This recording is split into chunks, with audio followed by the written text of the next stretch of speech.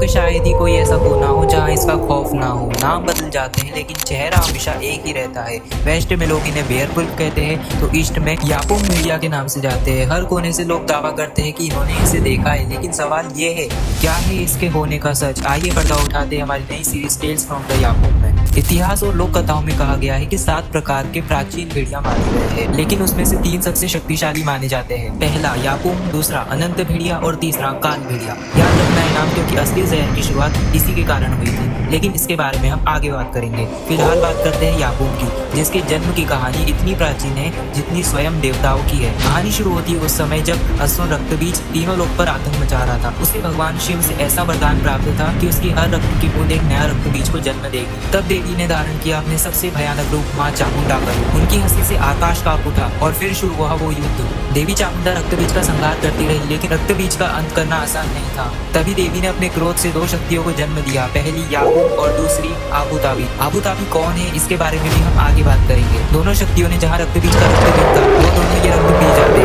और आखिर में रक्तबीज का अंत हुआ। लेकिन यहीं से शुरू हुई एक नई समस्या। यापुंग को अपने बल पर घमंड आने लगा। उसे लगने लगा कि रक्तबीज का अंत उसी की वजह से हुआ है और उसकी सबसे बड़ी गलती यही थी। देवी चामुंडा ने क्रोधित होकर यापुंग को श्राप दिया। देवी ने कहा तेरे अहंकार की वजह से कलयुग में तुम्हारी जाति का सर्वनाश हो जाएगा। और उस दिन के बाद से यापुंग जाति पृथ्वी पर भटकने लगी और आज उसे हम बेयरवुल्फ कहते हैं। लेकिन एक और नाम है, एक ऐसा भेड़िया जो अपने पूर्वजों का बदला लेना चाहता है, काल भेड़िया। आगे चलकर यही काल भेड़िया बेयरवुल्फ जाति का सबसे सर्वशक्तिशाली राजा बनता है। लेकिन कौन है काल भेड़िया? कहानी अभी शुरू हुई है। सब्सक्राइब एंड शेयर, क्योंकि अगले भाग में बदला पूरा होगा।